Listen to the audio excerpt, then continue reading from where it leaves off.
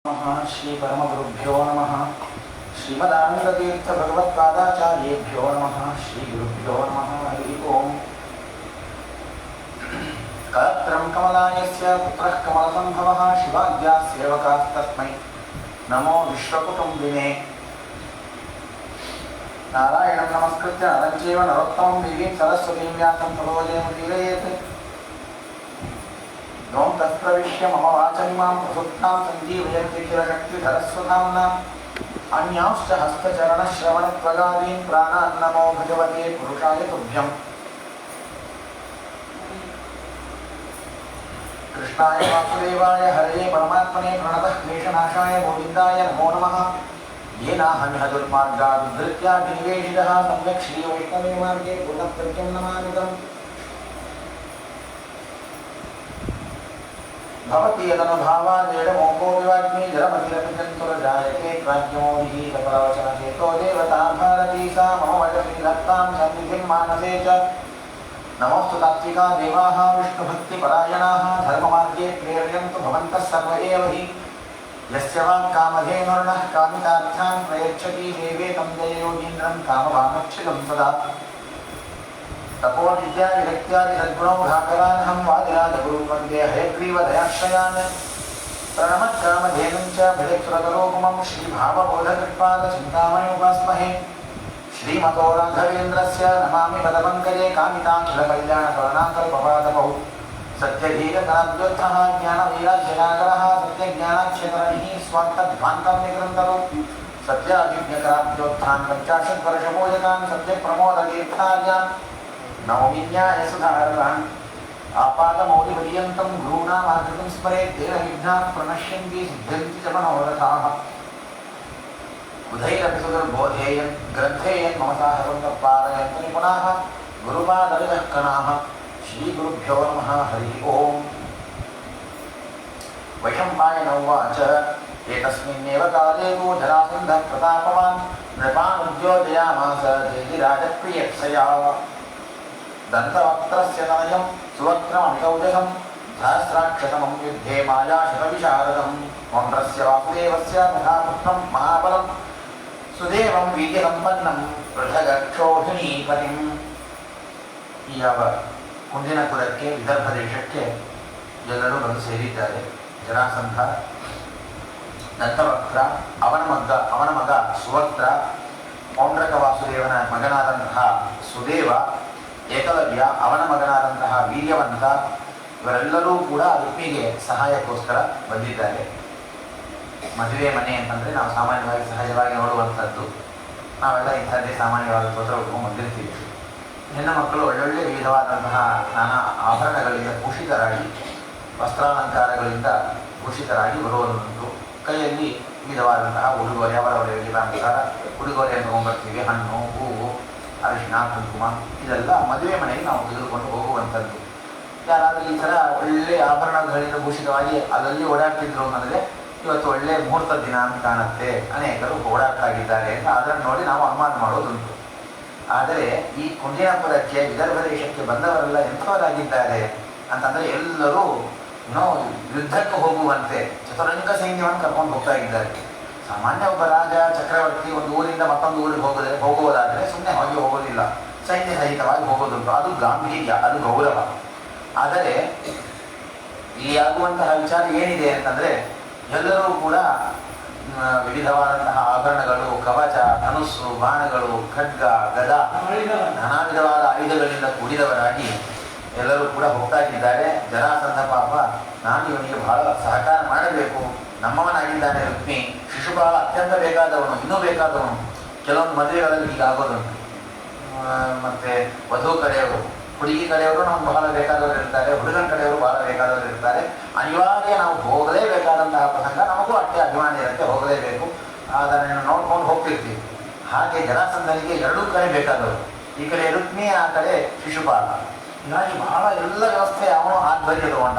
ನಾನು ಹೀಗೆ ವ್ಯವಸ್ಥೆ ಮಾಡ್ತೀನಿ, ಇವತ್ತಿನ ದಿವಸ ಹೀಗೆ ವ್ಯವಸ್ಥೆ ಎಲ್ಲ ಮಾಡ್ತಾ ಇದ್ದಾನೆ.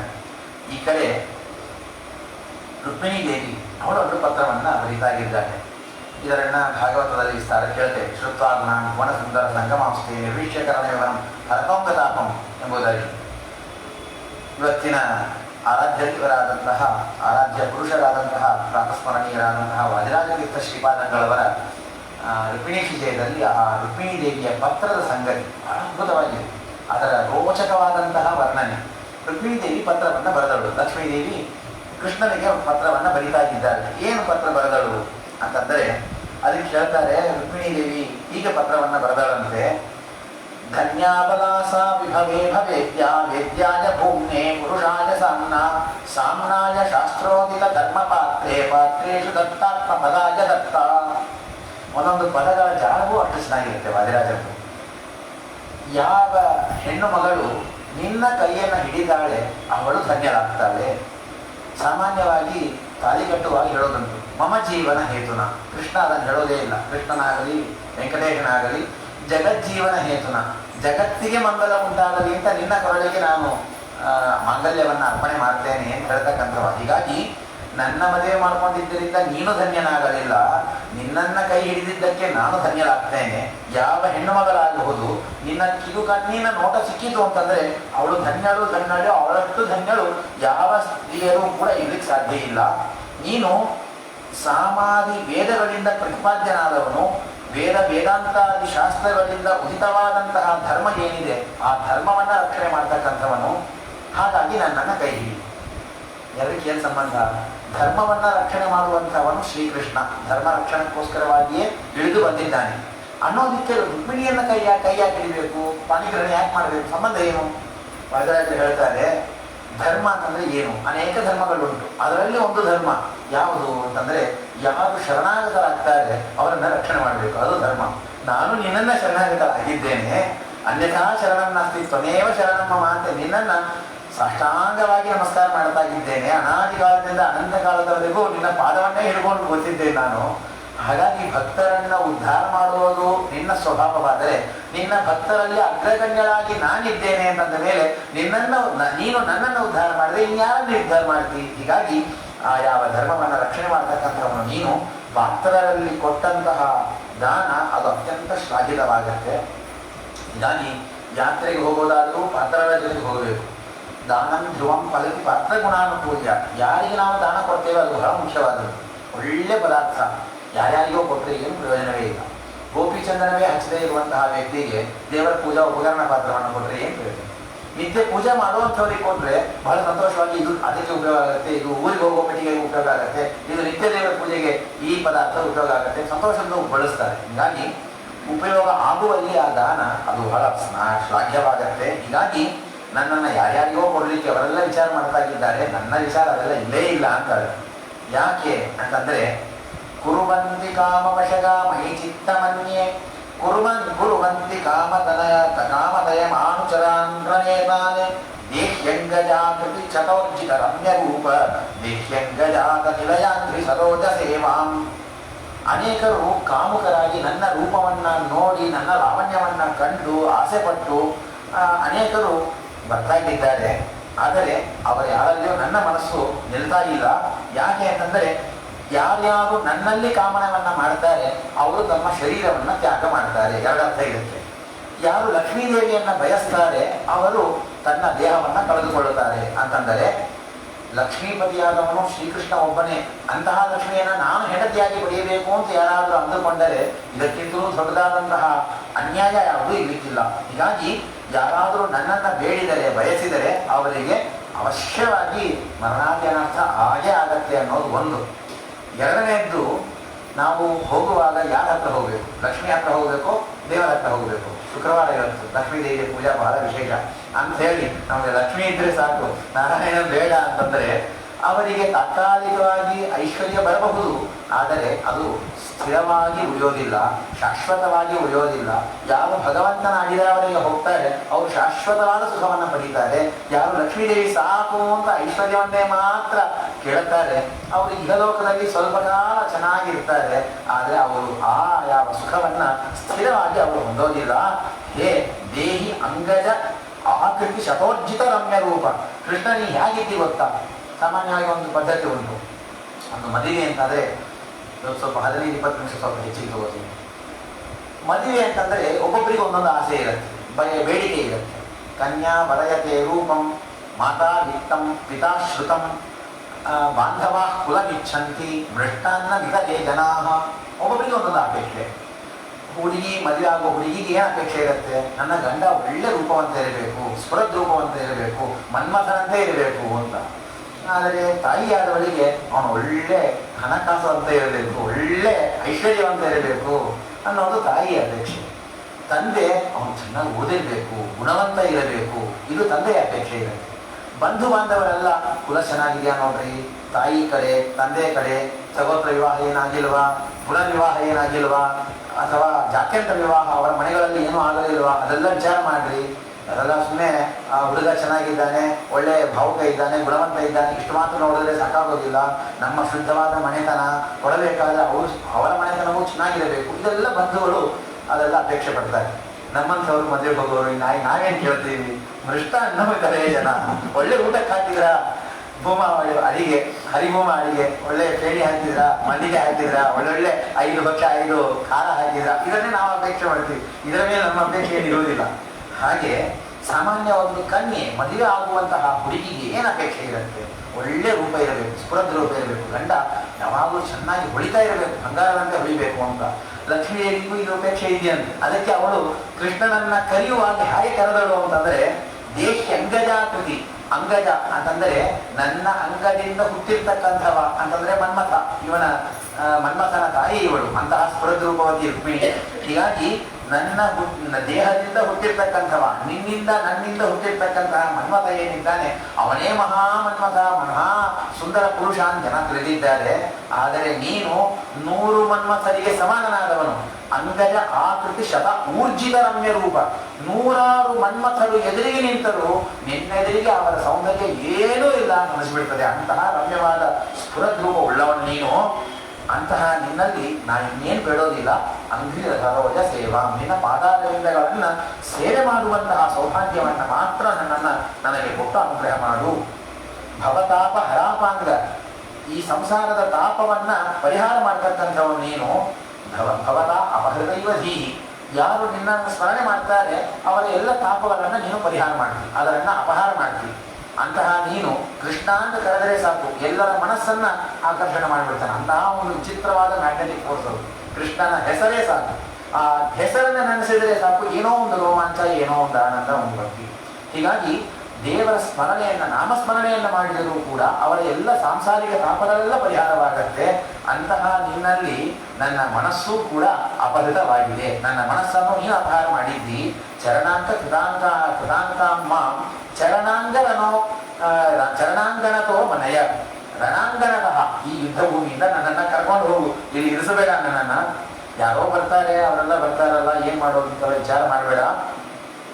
ಯಾರು ದೇವರಲ್ಲಿ ಇಲ್ಲೊಂದು ಸ್ವಾರಸ್ಯವಾದ ಸಿದ್ಧಾಂತ ವಿಷಯವನ್ನು ಹೇಳ್ತಾರೆ ವಾಜರಾಜರು. ಯಾರು ಈ ಯಾವ ಭಗವಂತನ ಐಕ್ಯವನ್ನು ಹೇಳ್ತಾರೆ ಅವರು ಯಾರೂ ಕೂಡ ಉತ್ತಮವಾದಂತಹ ಗತಿಯನ್ನು ಹೊಂದೋದಿಲ್ಲ. ನಾನೇ ದೇವರು, ಅಹಂ ಬ್ರಹ್ಮಾಸ್ಮಿ, ಈ ವಿಧವಾದಂತಹ ಉಪಾಸನೆ ಮಾಡ್ತಕ್ಕಂಥವ್ರು, ನಾನೇ ದೇವರು ತಿಳಿಯುವಂಥವರು ಯಾವತ್ತೂ ಅವರಿಗೆ ಒಳ್ಳೆಯದಾಗೋದಿಲ್ಲ, ಸ್ವಸ್ತಿ ಎಂಬುದು ಉಂಟಾಗೋದಿಲ್ಲ.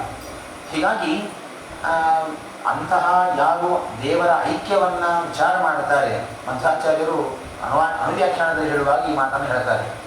ಕಿಂತೇನ ನಕೃತಂ ಪಾಪಂ ಚೋರೇನ ಆತ್ಮಾಪಹಾರಿಣ. ಅನೇಕ ಶ್ರುತಿಗಳಲ್ಲಿ, ಇತಿಹಾಸ ಪುರಾಣಗಳಲ್ಲಿ ಇರುವಂತಹ ಪದ್ಯಗಳನ್ನು ಪ್ರಮಾಣವಾಗಿ ಕೊಡುವಾಗ ಆಚಾರ್ಯರು ಹೇಳ್ತಾರೆ, ಐಕ್ಯೋಪಾಸನೆ ಯಾಕೆ ಮಾಡಬಾರದು? ದೇವರನ್ನ ನಾನೇ ದೇವರು ಅಂತ ಹೇಳೋದಾಗಲಿ, ದೇವರೇ ನಾನು ಅಂತ ಹೇಳೋದಾಗಲಿ ಇದನ್ನು ಮಾಡಬಾರದು. ಯಾಕೆ ಅಂತಂದರೆ ಜಗತ್ತಲ್ಲೇ ದೊಡ್ಡದಾದಂತಹ ಬೈಯುವಂತಹ ಅತಿ ನೀಚವಾದಂತಹ ಮಾತು ಅಂತಂದರೆ ನಾನೇ ದೇವರು ಅಂತ ಹೇಳೋದು. ಎಲ್ಲ ಚೇತನರು ದೇವರು ಅಂತ ಹೇಳೋದು. ಯಾಕೆ ಅಂತಂದರೆ ಚೇತನದಲ್ಲಿ ಅತಿ ನೀಚರಾದಂಥವ್ರು ಎಷ್ಟೋ ಜನ ಇದ್ದಾರೆ. ನಾಯಿ ಇದೆ, ಕುರಿ ಇದೆ, ಕತ್ತೆ ಇದೆ, ಎಲ್ಲವೂ ಇದೆ. ಎಲ್ಲವೂ ದೇವರು ಅಂತಂದರೆ ಅರ್ಥ ಏನು? ದೇವರನ್ನ ನಾಯಿ, ಕತ್ತೆ ಅಂತ ಬೈದಂಗಾಗಿದೆ. ಅಥವಾ ವಂದ್ಯಾಪುತ್ರರಿದ್ದಾರೆ, ಅತೀ ದುಷ್ಟರಾದಂತಹ ವಿಧವಾ ಪುತ್ರರಿದ್ದಾರೆ. ಅಂಥವರೆಗೂ ದೇವರಿಗೂ ಐಕ್ಯವನ್ನು ಹೇಳಿದ್ರೆ ಅಂತಹ ಒಂದು ಸ್ಥಾನದಲ್ಲಿ ದೇವರನ್ನ ಕೂಡಿಸಿದಂಗಾಯಿತು. ನಾನೇ ದೇವರು ಅಂತಂದರೆ ನಾನು ಮೇಲೆ ಹೋಗ್ತೀನಿ ಸಂತೋಷ, ಆದರೆ ದೇವರ ಕೆಳಗೆ ಇಳಿದು ಬರ್ತಾ ಇದ್ದಾನೆ, ಅವನನ್ನು ಇಳಿಸಿದಂಗಾಯಿತು. ಹೀಗಾಗಿ ಐಕ್ಯೋಪಾಸನೆ ಮಹಾ ಅನರ್ಥ ಫಲಪ್ರದ. ಅದಕ್ಕಿಂತಲೂ ಅನರ್ಥ ನಾನು ಲಕ್ಷ್ಮೀಪತಿ ಆಗಬೇಕು ಅಂತ ಅಪೇಕ್ಷೆ ಮಾಡುವುದು. ಇಲ್ಲಿ ಅನೇಕ ರಾಜಕುಮಾರರು ಬಂದಿದ್ದಾರೆ, ನನ್ನನ್ನು ಮದುವೆ ಮಾಡಬೇಕು ಅಂತ ಅಪೇಕ್ಷೆ ಪಡ್ತಾ ಇದ್ದಾರೆ. ಇದು ಎಂತಹ ಅನರ್ಥ ಅಂತಂದರೆ ಐಕ್ಯೋಪಾಸನೆಗೂ ಇಂತಲೂ ಕೂಡ ಅತಿ ಉನ್ನತವಾದಂತಹ ಅನರ್ಥಕ್ಕೆ ಕಾರಣವಾದದ್ದು. ಅವರನ್ನೆಲ್ಲರನ್ನೂ ಕೂಡ ಧಿಕ್ಕಾರವನ್ನು ಮಾಡಿ ತನ್ನಿಶ್ಚಿನೋಮಿ ಪ್ರಭೋ ವಿಘ್ನಾಧೀಶ್ವರತಾಂ ಭವಜ್ಞ ಭವತಃ ತನ್ನಿಶ್ಚಿನೋಮಿ ಪ್ರಭೋ ಅಂತ ಹೇಳಿ ವಿಶ್ವಾಧೀಶ್ವರತಾಂ, ನೀನು ಜಗದೊಡೆಯನಾದವನು, ಸರ್ವೋತ್ತಮನಾದವನು ನೀನು, ಹೀಗಾಗಿ ನೀನು ಸರ್ವೋತ್ತಮ ಅಂತ ತಿಳಿದಿದ್ದೇನೆ.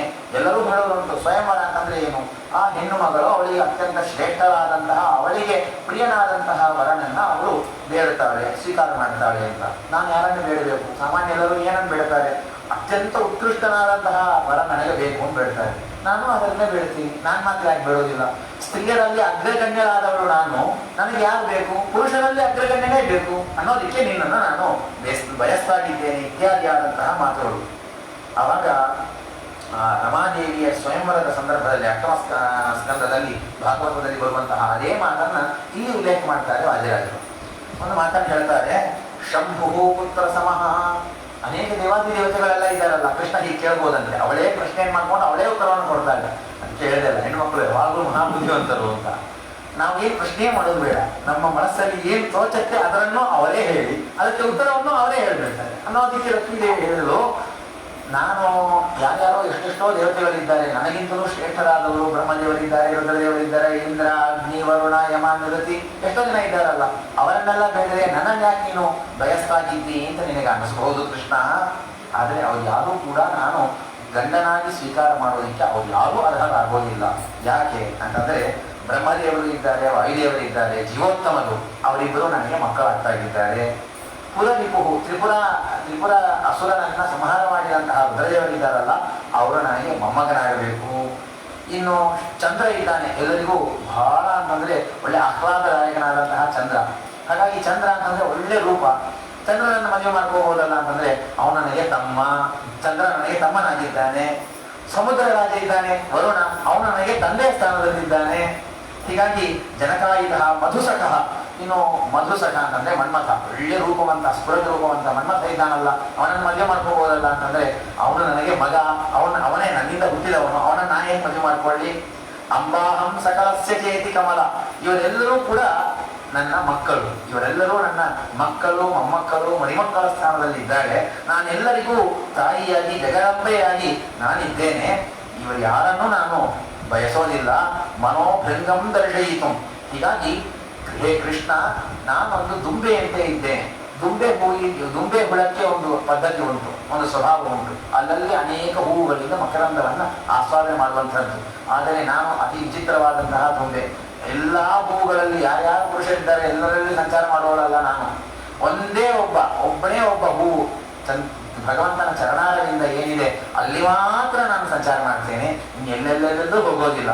ನಿನ್ನಲ್ಲಿ ಮಾತ್ರ ನನ್ನ ಮನಸ್ಸು ನೆಲೆಯಾಗಿ ನಿಂತಿದೆ. ಹೀಗಾಗಿ ನಾನು ನಿನ್ನ ವೀರನಾದಂತಹ ಪುರುಷನಾದಂತಹ ನಿನ್ನ ಭಾಗ ನಾನು. ಯಾರ್ಯಾರೋ ಬಂದು ನನ್ನನ್ನು ಸ್ವೀಕಾರ ಮಾಡುವಂತೆ ಮಾಡಬೇಡ. ಅನಾದಿಸಿದ್ದಾಮಾಂಜಾಯಾಮ್ ನೈಕಸ್ಥೆ ಪ್ರಯೋಜನಂ. ಅಲ್ಲ, ಬಂಧುಗಳೆಲ್ಲ ನಿನ್ನ ಅಂತಂದರೆ ನಿನ್ನ ತಂದೆ, ಅಣ್ಣ, ನಿನ್ನ ಖಾಸ ಅಣ್ಣ ಅವರೆಲ್ಲ ಇದ್ದಾರೆ. ಇದು ಮತ್ತೊಂದು ಪ್ರಶ್ನೆ. ಅವರೆಲ್ಲ ಯಾರು ನನಗೆ ಮದುವೆ ಮಾಡಿ ಕೊಡೋದಿಲ್ಲ ಅಂತಾರೆ. ಕನ್ಯಾದಾನ ಮಾಡಿ ಕೊಡಬೇಕಲ್ವಾ? ತಂದೆಯಾದವನು ಕನ್ಯಾದಾನ ಮಾಡಬೇಕು. ಅಣ್ಣ ತಮ್ಮಂದರು ರಾಜಹೋಮಕ್ಕೆ ರಾಜವನ್ನ ತೆಗೆದುಕೊಡಬೇಕು, ಅರಳನ್ನು ತೆಗೆದುಕೊಡಬೇಕು.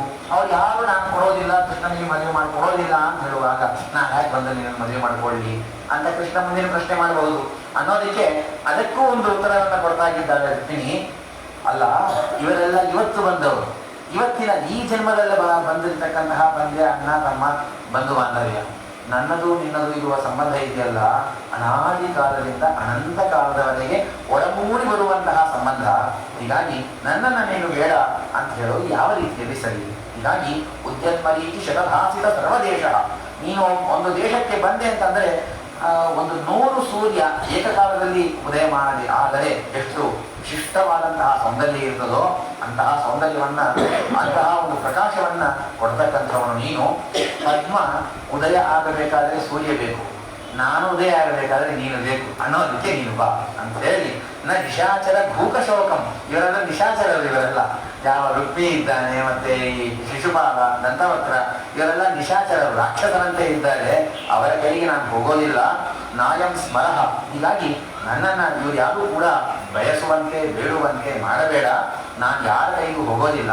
ನಿನ್ನ ಪಾತ್ರ ನಾನು, ನಿನ್ನ ಫಲ ನಾನು ನಿನ್ನ ಕೈಗೆ ಬರಬೇಕು ಅಂತ ಹೇಳಿ ಈ ಪತ್ರವನ್ನು ಬರೆದು ರುಕ್ಮಿಣಿದೇವಿ ಕೊಟ್ಟಿದ್ದಾಳೆ. ಅದರಂತೆ ಕೃಷ್ಣನು ಹೊರಟು ಬರ್ತಾಗಿದ್ದಾನೆ. ಇವನು ಬರ್ತಾಗಿದ್ದಾನೆ ಎಂಬುದು ಇವರಿಗೆಲ್ಲ ಗೊತ್ತಾಯಿತು. ಎಲ್ಲರೂ ಸಿದ್ಧರಾಗಿದ್ದಾರೆ. ಕೃಷ್ಣ ಬಂದರೆ ಈ ದ್ವಾರದಲ್ಲಿ ನಿಂತು ನಾನು ಅವನನ್ನು ತಡೆ ಮಾಡ್ತೇನೆ, ನೀನು ಅಲ್ಲಿ ಇರು, ಎಲ್ಲ ವ್ಯವಸ್ಥಿತವಾಗಿ ಒಂದು ಮ್ಯಾಪ್ ಎಲ್ಲ ಹಾಕೊಂಡು ಎಲ್ಲರೂ ನಿಂತಿದ್ದಾರೆ. ಪಾಪ ಕೃಷ್ಣ ಬಂದ. ಮೇಘಪುಷ್ಪ, ಬಲಾಹಕ, ಶೈತ್ಯ, ಸುಗ್ರೀವ ಅಂತ 4 ಕುದುರೆಗಳು. ಇಂದ್ರದೇವರು ಕೊಟ್ಟು ಕಳಿಸಿದಂತಹ ರಥ ದಾರುಕ ಅಂತ ಕೃಷ್ಣನ ಸಾರಥಿ.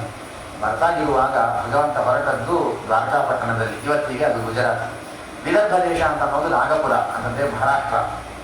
ಅಲ್ಲಿಂದ ಬರಬೇಕು.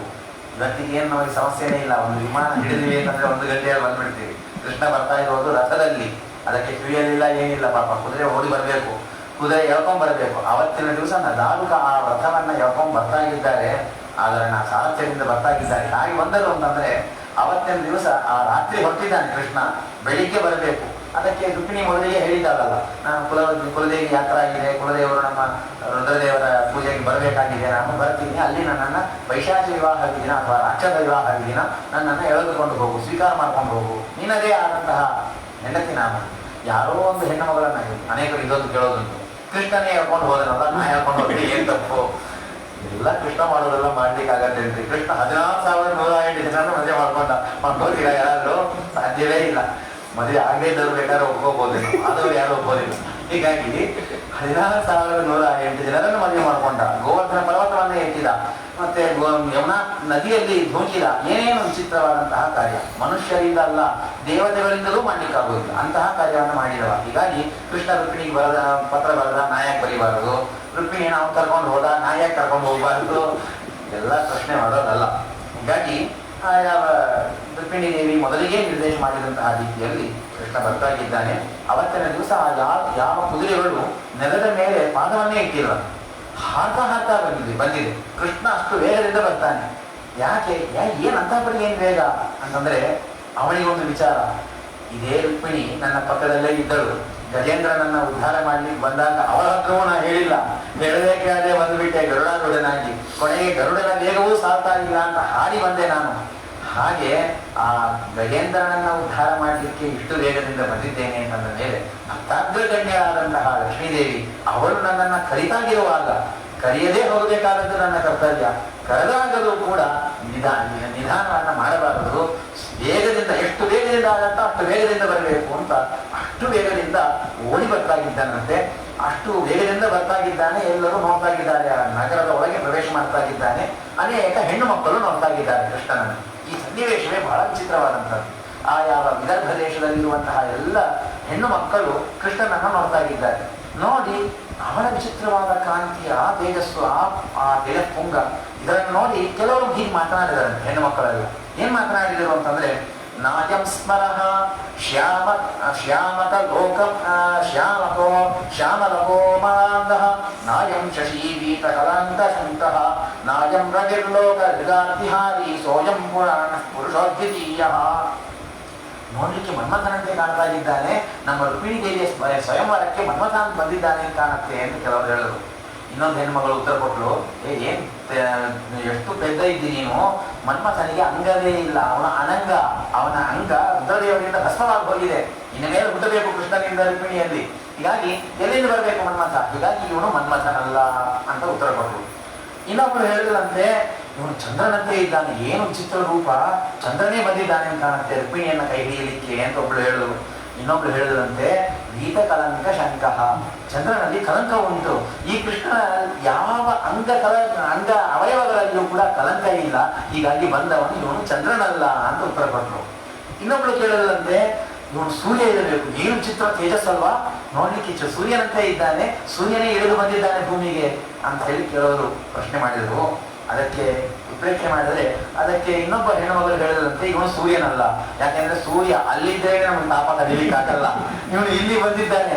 ಮತ್ತೊಂದು, ಇವನು ಬಂದರೆ ಇವನನ್ನು ನೋಡಿದ್ರೆ ನನಗೆ ಸಂತೋಷವಾಗತ್ತೆ, ಸೂರ್ಯನನ್ನು ನೋಡಿದ್ರೆ ಸಂತೋಷವಾಗೋದಿಲ್ಲ, ಸೂರ್ಯನ ನೋಡಿದ್ರೆ ನೋಡ್ಲಿಕ್ಕಾಗೋದಿಲ್ಲ ಕಣ್ಣಿನಿಂದ, ಸೂರ್ಯನನ್ನು ನೋಡ್ಲಿಕ್ಕಾಗೋದಿಲ್ಲ, ಅವನ ತಾಪವನ್ನ ಸಹನ ಮಾಡ್ಲಿಕ್ಕಾಗೋದಿಲ್ಲ, ಇವನನ್ನ ನೋಡ್ತಾ ಇರಬೇಕು ಅಂತ ಅನಿಸ್ತಾ ಇದೆ. ಸೂರ್ಯನ ಪ್ರಕಾಶವನ್ನ ಅವನ ತೇಜಸ್ಸನ್ನ ಒಂದು ಕ್ಷಣ ನೋಡ್ಲಿಕ್ಕಾಗೋದಿಲ್ಲ, ಆದ್ರೆ ಈ ವ್ಯಕ್ತಿಯನ್ನ, ಈ ಶ್ರೀಕೃಷ್ಣ ಪರಮಾತ್ಮನನ್ನ ಒಂದು ಕ್ಷಣವಲ್ಲ, ಇಡೀ ನಮ್ಮ ಆಯುಷ್ಯ ಪೂರ್ಣ ಇನ್ನು ಜನ್ಮ ಜನ್ಮಗಳವರೆಗೂ ಕೂಡ ಸದಾದ ನೋಡ್ತಾ ಇರಬೇಕು ಅಂತ ಅನಿಸ್ತಾ ಇದೆ. ಅಂದ ಮೇಲೆ ಇವನು ಚಂದ್ರ ಇರ್ಲಿಕ್ಕಿಲ್ಲ ಅಂತ ಇನ್ನೊಬ್ಬರು ಉತ್ತರ ಕೊಟ್ಟರು. ಹೀಗಾಗಿ ಇವನು ಯಾರು, ಹೀಗೆ ಹಾಗೆ ಒಬ್ಬೊಬ್ಬರು ಒಂದೊಂದು ವಿಚಾರ ಮಾಡ್ಕೊಂಡು ಹೋದ್ರು. ಕೊನೆಗೆ ಒಬ್ರು ಹೇಳಿದ್ರು, ಇವರೆಲ್ಲ ಸಾಮಾನ್ಯ ಯಾವ ದೇವತೆಗಳು ಅಲ್ಲ, ಪುರಾಣ ಪುರುಷೋತ್ತಮ, ಕ್ಷರಾಕ್ಷರ ಪುರುಷರಿಗಿಂತಲೂ ಉತ್ತಮನಾದಂತಹ ಸಾಕ್ಷಾತ್ ಪುರುಷೋತ್ತಮನಾದಂತಹ ಸ್ವಾಮಿ ಅವನೇ ಇಳಿದು ಬಂದಿದ್ದಾನೆ. ರುಕ್ಮಿಣೀ ದೇವಿ ಜಗನ್ಮಾತೆ, ಅವರ ಕೈಯನ್ನು ಹಿಡಿಯೋದಿಕ್ಕೆ ಜಗತ್ಪಿತನಾದಂತಹ ಶ್ರೀಕೃಷ್ಣ ಪರಮಾತ್ಮ ಬಂದಿದ್ದಾನೆ ಅಂತ ಕೊನೆಗೆ ಈ ಅದ್ಭುತವಾದಂತಹ ನಿದರ್ಶನವನ್ನ ಕೊಟ್ಟಿದ್ದಾರೆ, ನಿಗಮನವನ್ನ ಮಾಡಿದ್ದಾರೆ. ಈ ಮಾತಿನಲ್ಲಿ ವಾದಿರಾಜರ ಸ್ವಾರಸ್ಯ, ಇವನು ಸೂರ್ಯನಲ್ಲ ಎಂಬುದು ಸರಿ, ಚಂದ್ರನಲ್ಲ ಸರಿ, ಮನ್ಮಥನಲ್ಲ ಸರಿ, ಇಂದ್ರನಲ್ಲ ಸರಿ, ಎಲ್ಲವೂ ಸರಿ. ಆ ಯಾವ ಮಾತಿನ ಉತ್ಪ್ರೇಕ್ಷೆಯಲ್ಲಿಯೂ ಕೂಡ ಒಂದು ಚೂರು ಪಾಡು ಸುಳ್ಳಿರೋದಿಲ್ಲ. ಇದು ವಾದಿರಾಜರ ಅದ್ಭುತವಾದಂತಹ ಅವರ ಸರಣಿ. ಅವರ ಉತ್ಪ್ರೇಕ್ಷೆಯಲ್ಲಿ, ಆ ವರ್ಣನೆಯಲ್ಲಿ ಸಾಮಾನ್ಯವಾಗಿ ಕಾಳಿದಾಸನ ಗ್ರಂಥಗಳನ್ನೆಲ್ಲ ನೋಡ್ತೀವಿ. ಅದು ರಘುವಂಶ ಇರಬಹುದು, ಕುಮಾರ ಸಂಭವ ಇರಬಹುದು, ದಿಲೀಪರಾಜನನ್ನ ಅಷ್ಟು ಅದ್ಭುತವಾಗಿ ಹೊಗಳುತ್ತಾನೆ ಕಾಳಿದಾಸ. ಆದರೆ ಆ ದಿಲೀಪನನ್ನ ಹೊಗಳುವಾಗ ಅಥವಾ ವಿಕ್ರಮಾದಿತ್ಯನನ್ನ ಹೊಗಳುವಾಗ ಅಲ್ಲಿ ಇಲ್ಲಿ ಗ್ರಂಥಗಳಲ್ಲಿ ಎಲ್ಲಿಯೂ ಕೂಡ 100ಕ್ಕೆ ಒಂದು 10% ಕೂಡ ನಿಜ ಇರೋದಿಲ್ಲ. ಆದರೆ ವಾದಿರಾಜರ ಈ ಕಾವ್ಯದಲ್ಲಿ 100ರಲ್ಲಿ 1% ಸುಳ್ಳಿಲ್ಲ. ಇದು ಅದ್ಭುತವಾದಂತಹ ವಾದಿರಾಜರ ಆಯಾ ಸರಣಿಯನ್ನು ನಾವು ಅವರ ಕಾವ್ಯದ ನಿರ್ಮಾಣದ ಶೈಲಿಯನ್ನು ನೋಡ್ತೇವೆ. ಹೀಗೆ ನೋಡ್ತಾ ಇದ್ದಾರೆ. ಎಲ್ಲ ಹೆಣ್ಮಕ್ಳು ಮಾತನಾಡ್ಕೊಂಡ್ರಂತೆ, ನಮ್ಮ ರುಕ್ಮಿಣಿಯನ್ನ ಕೈ ಹಿಡಿಯೋದಿಕ್ಕೆ ಇವನೇ ಸರಿಯಾದ ವರ. ಯಾಕೆ ಅಂತಂದ್ರೆ ಇವನು ಇಂದ್ರನೀಲ ಮಣಿಯಂತೆ ಫಲಫಲ ಅಂತ ಹೊಳಿತಾ ಇದ್ದಾನೆ. ನಮ್ಮ ಹೆಣ್ಣುಮಗಳಾದಂತಹ ರುಕ್ಮಿಣಿ ಇವಳು ಬಂಗಾರದಂತೆ ಹೊಳಿತಾ ಇದ್ದಾಳೆ. ಬಂಗಾರದಲ್ಲಿ ನೀಲಮಣಿಯನ್ನ ಇಟ್ಟರೆ ಅದು ಎಷ್ಟು ಚೆನ್ನಾಗಿರುತ್ತೆ. ನಾವೆಲ್ಲ ನೋಡ್ತೀವಿ, ರಾಮದೇವರ ಕೊರಳಿಗೆ ಆ ಅದ್ಭುತವಾದ ಪದಕವನ್ನ ನೋಡುವಾಗ ಎಷ್ಟು ಚೆನ್ನಾಗಿದೆ ನೋಡ್ತೀವಲ್ಲ. ಬಂಗಾರದಲ್ಲಿ ನೀಲಮಣಿ ಕೂತರೆ ಆ ಬಂಗಾರಕ್ಕೆ ವಿಶಿಷ್ಟವಾದಂತಹ ವರ್ಚಸ್ಸು. ಹಾಗೆ ರುಕ್ಮಿಣಿಯ ಕೈಯಲ್ಲಿ ಕೃಷ್ಣ ಬಂದರೆ, ಕೃಷ್ಣನ ಕೈಯಲ್ಲಿ ರುಕ್ಮಿಣಿಯನ್ನ ಹಿಡಿದರೆ ಆ ಇಬ್ಬರ ಜೊತೆ ಚೆನ್ನಾಗಿರತ್ತೆ.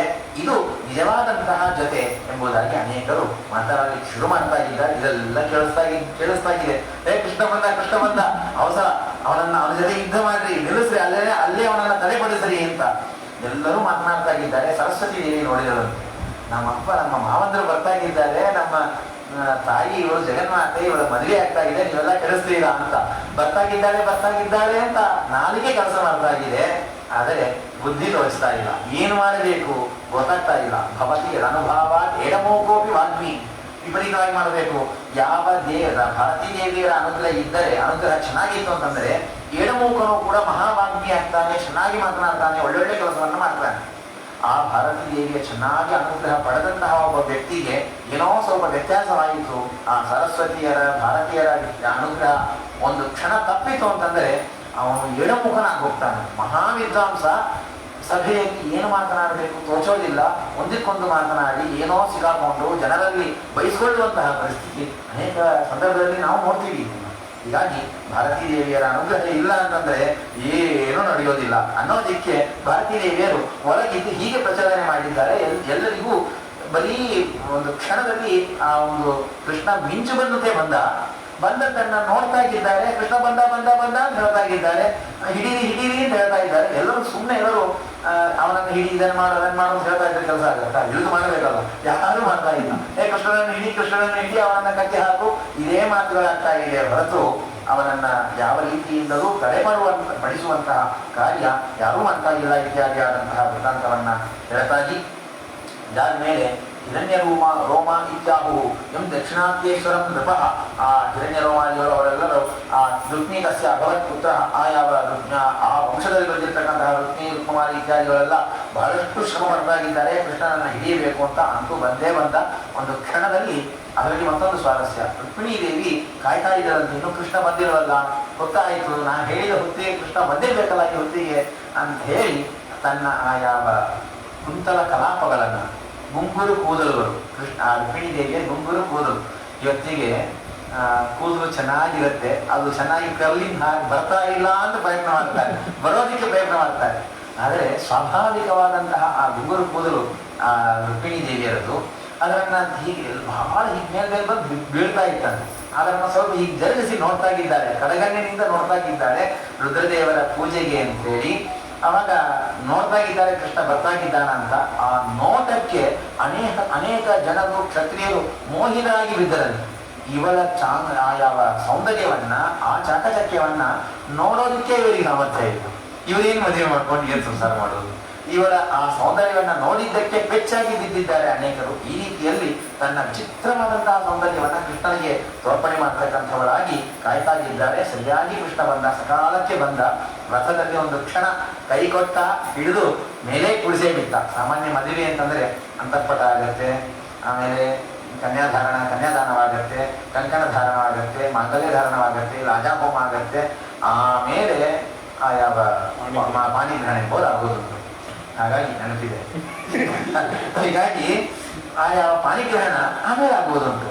ಆದರೆ ಕೃಷ್ಣ ರುಕ್ಮಿಣಿಯರು ಇನ್ನೂ ಮಾಂಗಲ್ಯ ಧಾರಣವೇ ಮಾಡಿಲ್ಲ, ಅಷ್ಟೊಂದು ಪಾಣಿಗ್ರಹಣ ಆಗೋದು.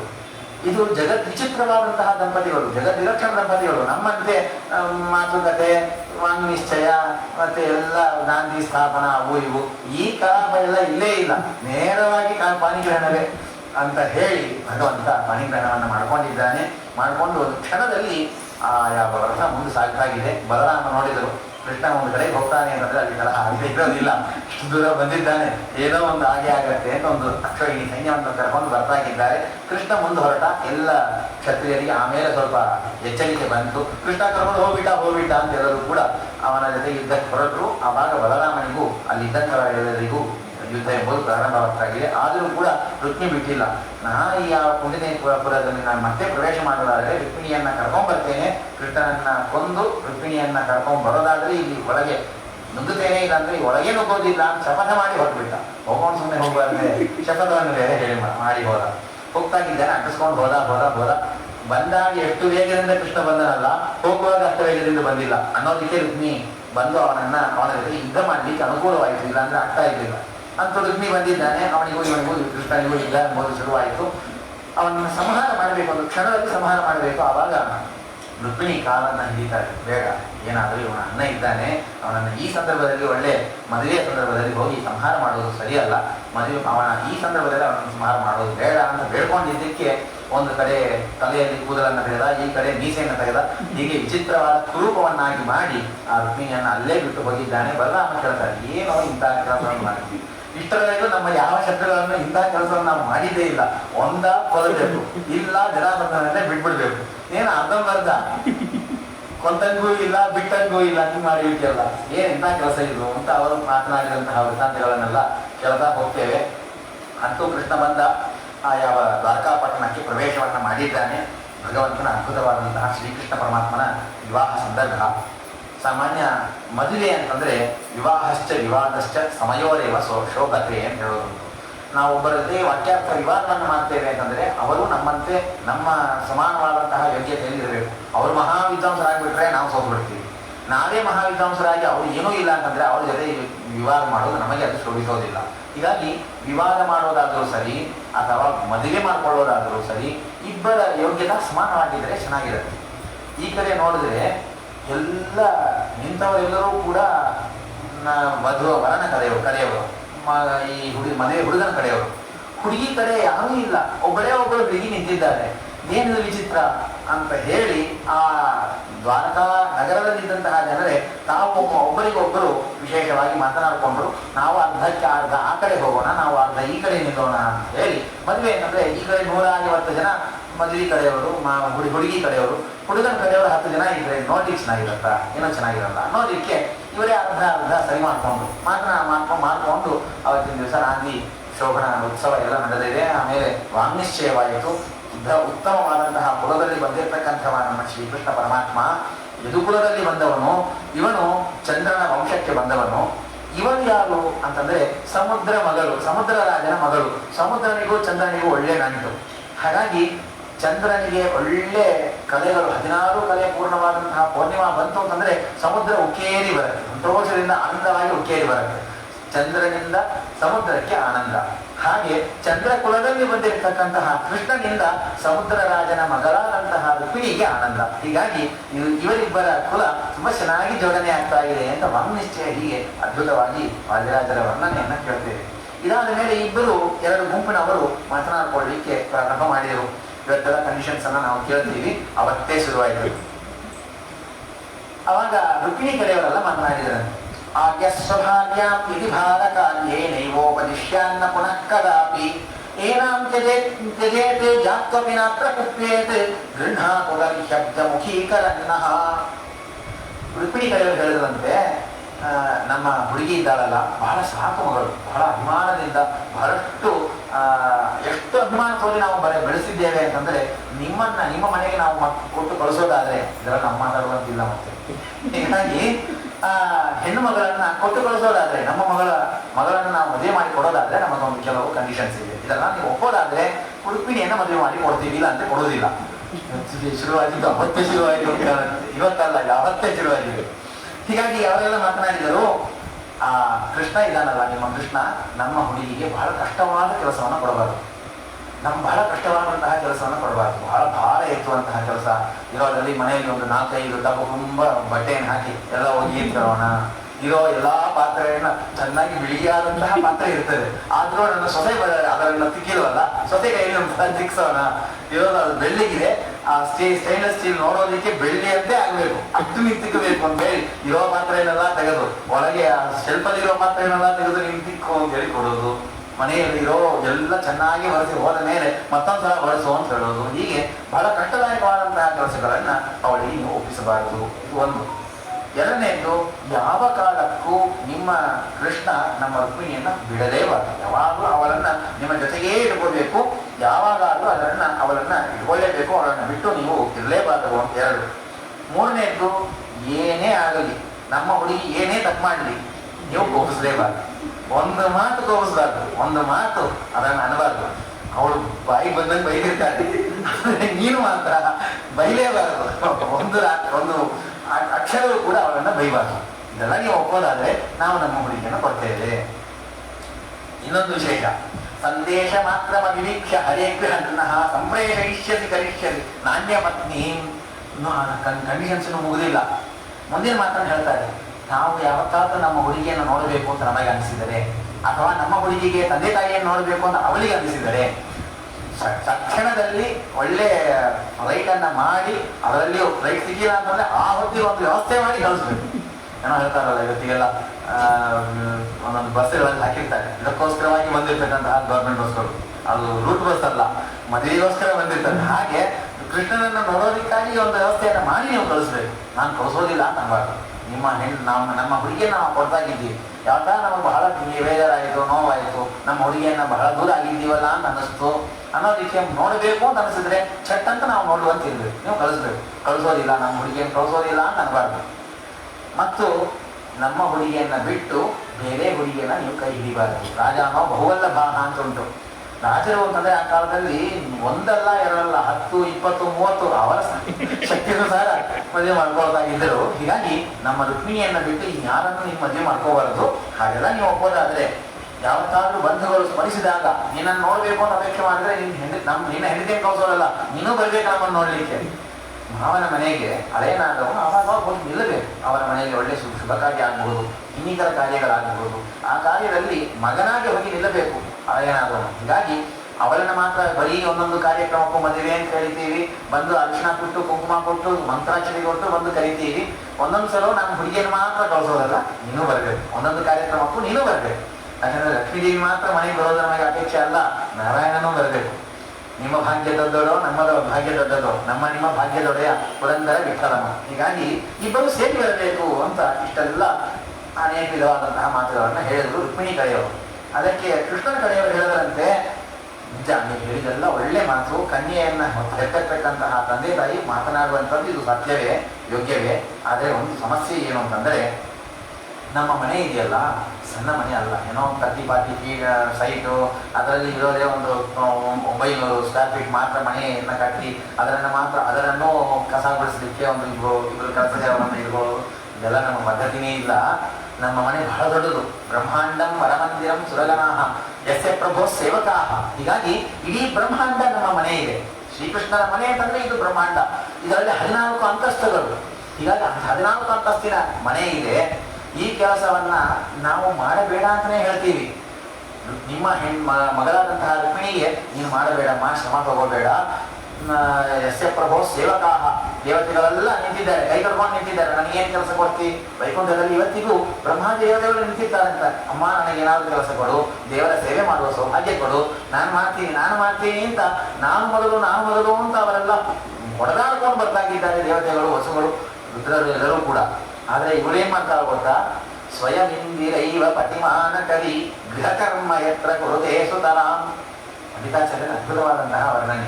ಇಷ್ಟು ಜನ ನಿಂತಾಗ ಯಾರು ಹುಷಾರ್, ಯಾರಾದ್ರೂ ಮುಟ್ಟಿದ್ರೆ ಆಯಿತು, ನನ್ನ ಹೆಂಡತಿ ನನ್ನ ಗಂಡನ ಮನೆ ಇದು, ನನ್ನ ಮನೆಯ ಕೆಲಸವನ್ನ ನಾನೇ ಮಾಡ್ತೀನಿ, ನೀನು ಯಾರಿಗೂ ಕೊಡೋದಿಲ್ಲ.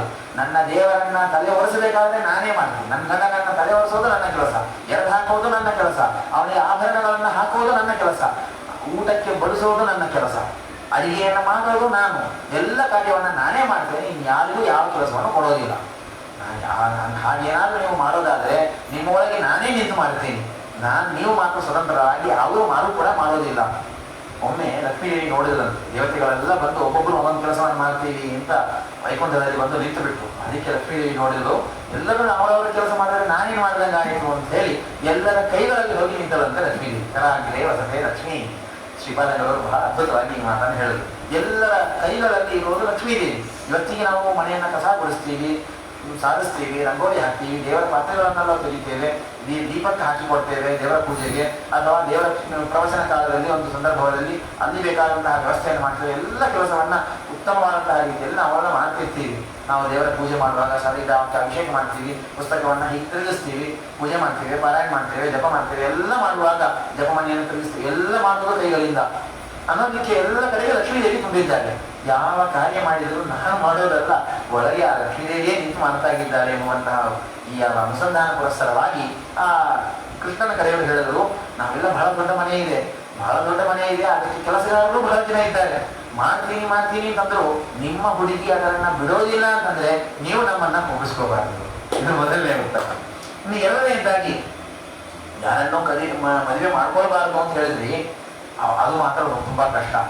ಯಾಕಂದ್ರೆ ಕೃಷ್ಣ ಅವತಾರ ಮಾಡಿದ್ದೆ ಒಂದು, ನಾವೆಲ್ಲ ನಮ್ಮ ಪದ್ಧತಿ ಹೇಗಿದೆ, ನಮ್ಮ ಬುದ್ಧಿಶಕ್ತಿ ಹೇಗಿದೆ ಅಂತಂದ್ರೆ ಮನೆಯಲ್ಲಿ ಹೇಳಿ ಕಳಿಸ್ತಾರೆ, ಈ ತರಕಾರಿ ತಗೊಂಬ, 4 ಪ್ಯಾಕೆಟ್ ಹಾಲು ತಗೊಂಬ, ಮತ್ತೆ ತೊಗರಿಬೇಳೆ 1-2 kg ತಗೊಂಬ ಅಂತ. 4ರಲ್ಲಿ 2 ತಗೊಂಡ್ಬರ್ತೀವಿ, 2 ಮರೆತು ಬಿಡ್ತೀವಿ. ಒಂದು ಕೆಲಸಕ್ಕೆ 4 ಸಲ ಅರಿಯೋರು ನಾವು. ಯಾರಿಗೂ ಅಭ್ಯಾಸ ಮಾಡೋದಕ್ಕಾಗಿ ಹೇಳೋದಲ್ಲ, ಒಂದು ಕೆಲಸಕ್ಕೆ 4 ಸಲ ಅರಿಯೋರು ನಾವು. ಭಗವಂತನ ಪದ್ಧತಿ ಹೇಗಿದೆ ಅಂತಂದ್ರೆ ಭೂಮಿಯ ಭಾರವನ್ನ ಪರಿಹಾರ ಮಾಡಬೇಕು, ಲಕ್ಷ್ಮೀದೇವಿಯ ವಿವಿಧವಾದಂತಹ ಅವತಾರಗಳಿಗೆ ಕೊರಳಿಗೆ ಯಾವ ಮಾಂಗಲ್ಯವನ್ನು ಅರ್ಪಣೆ ಮಾಡಬೇಕು, ಅನೇಕ ಸಜ್ಜನರನ್ನು ಉದ್ಧಾರ ಮಾಡಬೇಕು. ಹೀಗೆ 10,000 ಕೆಲಸವನ್ನ 10,000 ಕೆಲಸವನ್ನ ಇಟ್ಟುಕೊಂಡು ಒಂದು ಸಲ ವೈಕುಂಠದಿಂದ ಕೆಳಗಿಳಿದು ಬಂದವ ಅವ. ಹೀಗಾಗಿ ಹಿಂದಿನ ಅವತಾರದಲ್ಲಿ ಬಹಳ ಕಡಿಮೆ ಆಗೋಯ್ತು. ರನ್ ರೇಟ್ ಬಹಳ ಮೇಲೆ ಹೋಗ್ಬಿಟ್ಟಿದೆ. ರಿಕ್ವೈರ್ಡ್ ರನ್ ರೇಟ್ ಎಲ್ಲೋ ಇದೆ, ಕರೆಂಟ್ ರನ್ ರೇಟ್ ಎಲ್ಲೋ ಇದೆ. ಹೀಗಾಗಿ ಆ ರಾಮಾವತಾರದಲ್ಲಿ ಒಂದೇನೆ ಮಾಡ್ಕೊಂಡಿದ್ದಾನೆ. ಇನ್ನೇನು ಅನೇಕರು ಕಾಯ್ದಾಗಿದ್ದಾರೆ ವೇಟಿಂಗ್ ಲಿಸ್ಟ್ ಅಲ್ಲಿ, ಯಾರಿಗೂ ಕೈ ಹಿಡಿದೇ ಇಲ್ಲ, ಅವರಿಗೆಲ್ಲ ಮಾಂಗಲ್ಯ ಅರ್ಪಣೆ ಮಾಡಬೇಕಾಗಿದೆ. ಹೀಗಾಗಿ ನೀನು ರುಕ್ಮಿಣಿಯನ್ನ ಮಾತ್ರ ಮದುವೆ ಮಾಡ್ಕೋಬೇಕು ಅಂತಂದ್ರೆ ಅದು ತುಂಬಾ ಕಷ್ಟ, ಇನ್ನೂ ಮೇಲೆ ಹೋಗುತ್ತೆ ಅನ್ನೋದಕ್ಕಾಗಿ ಅನೇಕರನ್ನ ಮದುವೆ ಮಾಡ್ಕೊಳ್ತಾನೆ. ಅದರ ನಂಬಿಕೆ ವಾಸ್ತೆ ಮದುವೆ ಮಾಡ್ಕೊಳ್ಳೋದುಂಟು. ಆದರೆ ಯಾರನ್ನ ಮದುವೆ ಮಾಡಿಕೊಂಡರೂ ಅವರೆಲ್ಲರಲ್ಲಿಯೂ ನಿಮ್ಮ ಮಗಳು ಇರ್ತಾರೆ. ಎಲ್ಲಿ ಲಕ್ಷ್ಮೀದೇವಿ ಇರೋದಿಲ್ಲ ಅವರ ಕೈಯನ್ನ ಕೃಷ್ಣ ಎಂದೆಂದಿಗೂ ಕೈ ಹಿಡಿಯೋದಿಲ್ಲ. ಇದರನ್ನ ಮಾತ್ರ ನಾವು ವ್ಯವಸ್ಥಿತವಾಗಿ ಹೇಳ್ತೀವಿ ಅಂತ ಹೇಳಿ ಅದಕ್ಕೆ ಒಂದು ಉತ್ತರವನ್ನ ಕೊಟ್ಟು, ಇನ್ನೊಂದು, ಏನೇ ಕೋಪವಾದರೂ ನಮ್ಮ ಮಗಳನ್ನ ನೀವು ಬೈಬಾರದು ಅಂತಂದು. ಆದರೆ ಸರ್ವತಾ ಮಾಡೋದಿಲ್ಲ. ಕೃಷ್ಣ ಅವತ್ತೇ ಶುರು ಮಾಡಿಬಿಟ್ಟ. ಕೃಷ್ಣ ಏನಾದ್ರೂ ಹೆಂಡತಿಯನ್ನ ಅವನು ಬೈಯೋದೇ ಇಲ್ಲ. ಯಾಕೆ ಗೊತ್ತಾ? ಮಹಾಪ್ರಳಯದಲ್ಲಿ ಪರಮಾತ್ಮ ನರಸಿಂಹಾವತಾರವನ್ನ ತಾಳಿ ಯಾವ ಬ್ರಹ್ಮದೇವನ ಶರೀರವನ್ನು ಕೂಡ ಪೇಟ ಕಟ್ಟುವಂತೆ ಕಟ್ಟಿಕೊಂಡು ನರ್ತನ ಮಾಡ್ತಿರ್ತಾನೆ. ಯಾವ ದೇವತೆಗಳಲ್ಲ, ದೇವಾದಿ ದೇವತೆಗಳು ಯಾರೂ ಎದುರಿಗೆ ಇರೋದಿಲ್ಲ, ಎಲ್ಲರೂ ಭಗವಂತನ ಉದರದಲ್ಲಿ ಇರ್ತಾರೆ. ಎಲ್ಲರನ್ನೂ ಲಯ ಮಾಡಿರ್ತಾನೆ, ಎಲ್ಲರನ್ನೂ ಸಂಹಾರ ಮಾಡ್ತಾನೆ. ಆದರೆ ಲಕ್ಷ್ಮೀದೇವಿಯನ್ನು ಮಾತ್ರ ಸಂಹಾರ ಮಾಡೋದಿಲ್ಲ. ಅನಾದಿ ಅಧಿಯೋಗಿನಿಯಾದಂತಹ ದಂಪತಿಗಳಾದಂತಹ ಇವರು ಆ ಕ್ಷೀರಸಾಗರದಲ್ಲಿ ಮಲಗಿರುವಾಗಲೂ ಕೂಡ, ಪ್ರಳಯೋದಕದಲ್ಲಿ ಮಲಗಿರುವಾಗಲೂ ಕೂಡ, ಪ್ರಳಯ ಕಾಲದಲ್ಲಿ ಆಲೆದೆಲೆಯ ಮೇಲೆ ಮಲಗಿದಾಗ ಎಡಕ್ಕೆ ಭೂಮಿ ಬಲಕ್ಕೆ ಶಿವಿಯು ಎದುರಿನಲ್ಲಿ ದುರ್ಗಾದೇವಿಯಾಗಿ ಅನೇಕ ರೂಪಗಳಿಂದ ನಿಮ್ಮ ಮಗಳು ಅವನ ಪಕ್ಕದಲ್ಲೇ ಇರ್ತಾರೆ. ಅವಳನ್ನ ಮಾತ್ರ ಲಯ ಮಾಡೋದೇ ಇಲ್ಲ. ಯಾವ ಕಾಲಕ್ಕೂ ಈ ನಿಮ್ಮ ರುಕ್ಮಿಣಿ ದೇವಿಯ ಮೇಲೆ ಕೃಷ್ಣ ಯಾವಾಗಲೂ ಕೋಪಿಸ್ಕೋದಿಲ್ಲ.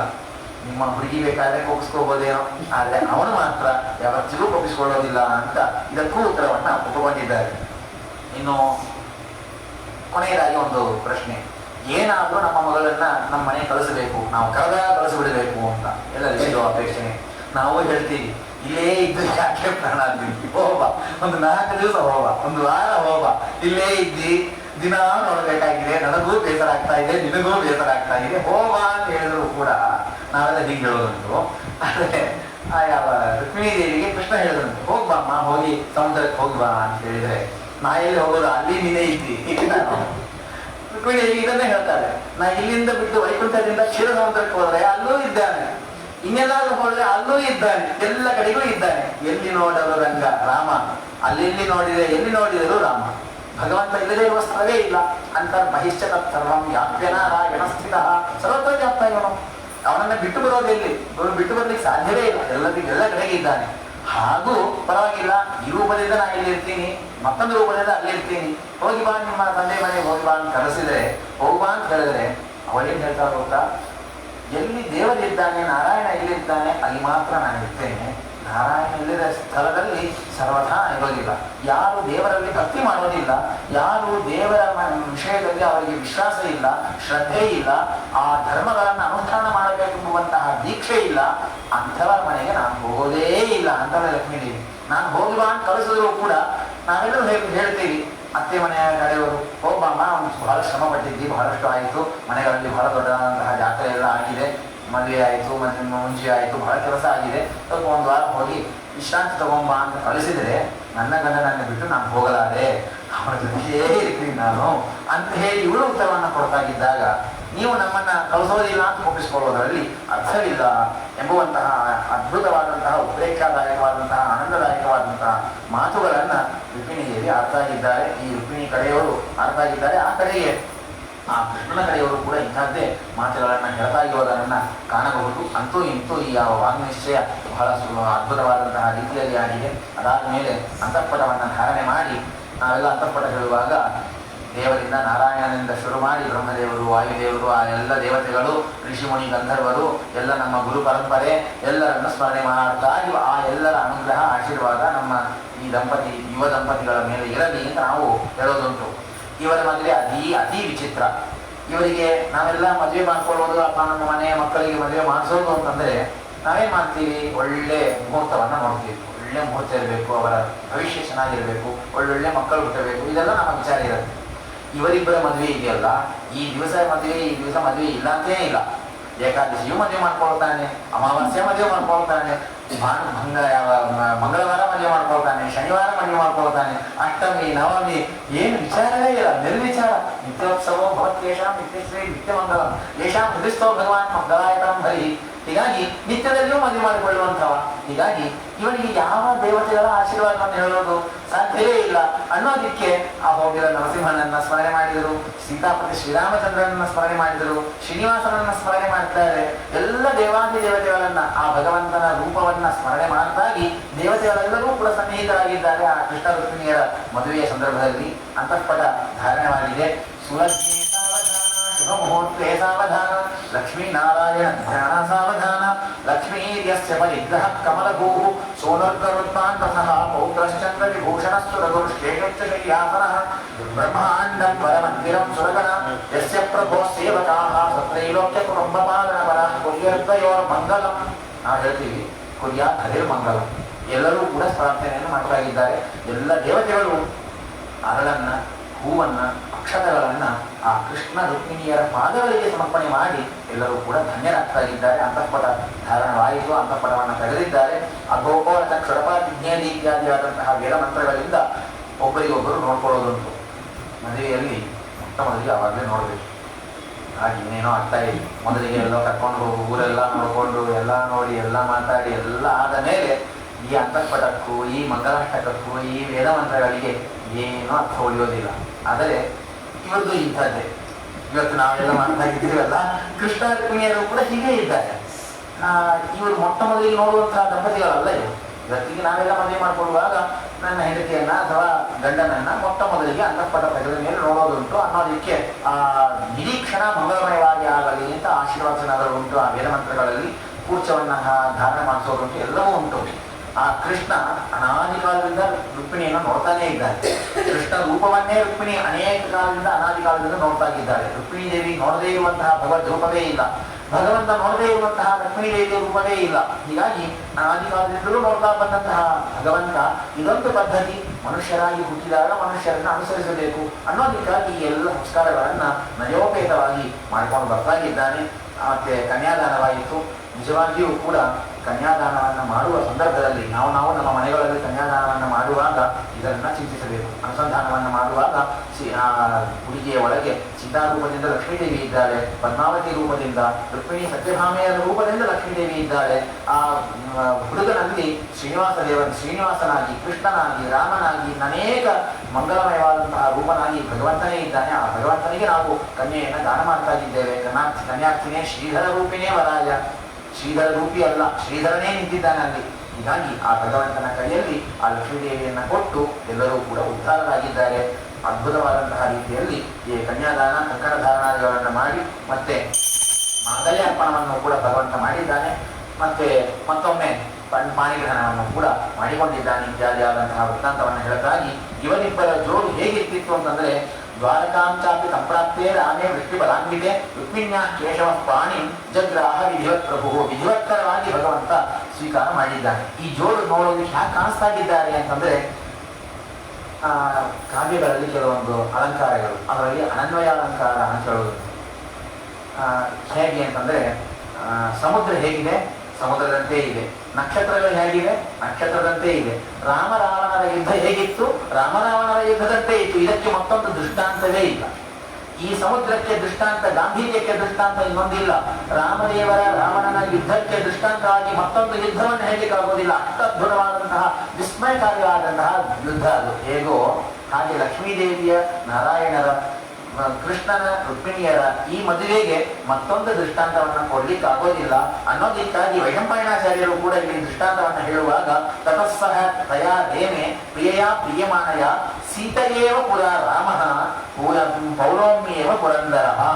ಸೀತಾದೇವಿಯ ಜೊತೆಗೆ ರಾಮದೇವರ ಮದುವೆಯಾದಾಗ ಆ ಸೀತಾರಾಮರು ಎಷ್ಟು ಚೆಂದಾಗಿ ಕಾಣಿಸ್ತಾ ಇದ್ದರು, ಹಾಗೆ ಕೃಷ್ಣ ರುಕ್ಮಿಣಿಯರು ಅದ್ಭುತವಾದಂತಹ ವಿವಾಹ ಮಂಟಪದಲ್ಲಿ ಕಾಣಿಸ್ತಾ ಇದ್ದಾರೆ. ಇತ್ಯಾದಿಯಾದಂತಹ ಈ ವೃತ್ತಾಂತವನ್ನು ಹೇಳಲಾಗಿ ಹೀಗೆ ಶ್ರೀಕೃಷ್ಣ ಪರಮಾತ್ಮನ ರುಕ್ಮಿಣೀ ದೇವಿಯರ ಸ್ವಯಂವರ ಆ ಯಾವ ಮದುವೆಯ ಸಂದರ್ಭ, ಆ ವಿವಾಹ ಬಹಳ ಅದ್ಭುತವಾಗಿ ನೆರವೇರಿದೆ.